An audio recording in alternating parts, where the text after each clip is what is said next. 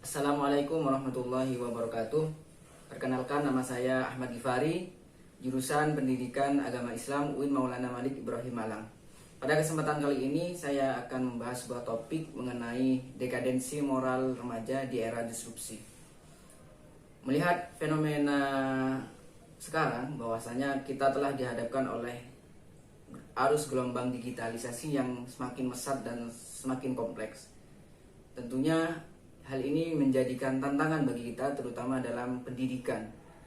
Yang pertama adalah perubahan remaja di era disrupsi pasca COVID-19. Kemudian yang kedua, masuknya gelombang digitalisasi yang semakin canggih dan bertransformasi semakin pesat. Menurut data Kominfo, bahwasanya pengguna internet di Indonesia pada tahun 2021 ini mencapai 202,6 juta pengguna internet. Hal ini tentunya butuh refleksi ulang, apakah dengan internet memberikan manfaat atau malah sebaliknya. Nah, perjalanan era disrupsi ini telah merekonstruksi kehidupan terutama dalam bidang pendidikan. Pendidikan dapat dimudahkan dengan era digitalisasi yang mana terhadap pembelajaran siswa dapat menggunakan akses internet, dan kemudian sisi mendorotnya adalah semakin peserta didik terlalu nyaman dengan internet, maka ia akan tertipu oleh hiburan-hiburan yang kurang bermanfaat. Tentunya ini tantangan bagi kita, terutama dalam pendidikan. Di era disrupsi, kenakalan remaja ataupun perubahan karakter ini berdampak pada perubahan siswa yang semakin hipermedsos, mudah egois, emosional, bahkan tidak menghormati orang tuanya, bahkan pada gurunya, memiliki sikap yang kurang baik.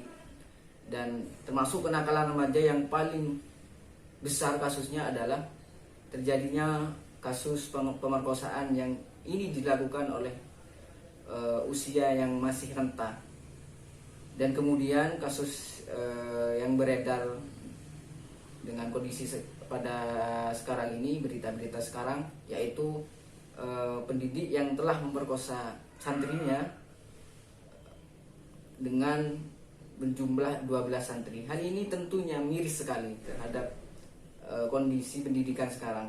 Nah, makanya penting sekali untuk memberikan wawasan pendidikan karakter yang dapat berjalan di era disrupsi ini, sehingga siswa dapat mengaktualisasikan nilai-nilai pendidikan karakter. Hal ini sejalan dengan firman Allah yang terdapat di dalam surah Al-Imran ayat 134 yang berbunyi, Innal ladzina yunfikuna fis sarra'i wad dharra wal kadhimina al ghaidh wal 'afina 'anil nas wallahu yuhibbul muhsinin. Nah, berdasarkan dalil tersebut, tentunya kita umat muslim harus memiliki perilaku yang baik, sehingga moralitas dan eksistensi kita sebagai muslim dapat dicap dengan baik. Oleh karena itu tentunya harus ada tuntunan nilai-nilai pendidikan karakter. Kemudian pendapat Imam Al-Ghazali menyatakan bahwa karakter ini sama dengan akhlak, bahwasanya di dalam karakter seseorang secara spontanitas akan refleks dengan keadaannya, sehingga ini menuntun bahwa akhlak tidak jauh dengan moralitas. Oleh karena itu Imam Al-Ghazali membagikan kondisi jiwa terhadap seorang anak yang ada empat pembagian. Yang pertama adalah hikmah, yang kedua keberanian, yang ketiga kesederhanaan, yang keempat adalah keseimbangan. Tentu dengan perjalanan waktu sekarang hal ini semakin pudar, semakin sulit kita temukan. Oleh karena itu, bagaimana kita untuk mengimplementasikan nilai-nilai pendidikan karakter sebagaimana yang telah didapatkan di Kementerian Pendidikan. Terdapat 18 pendidikan karakter yang diantaranya adalah religius, jujur, toleransi, tanggung jawab, disiplin, dan lain sebagainya. Nah, tentunya pendidikan karakter ini, nilai-nilai pendidikan karakter sebisa mungkin dapat diaktualisasikan, dapat diterapkan di dalam pendidikan sehingga bangsa kita dapat menjadi yang unggul dan bereputasi tinggi dengan adanya implementasi ini. Tentunya yang perlu kita harapkan adalah elemen penting adalah pendidikan, orang tua, kemudian antar teman saling mengingatkan dan saling mengarahkan agar supaya kita menjadi insan yang bermanfaat dan tentunya dapat mengurangi kenakalan yang terjadi sekarang.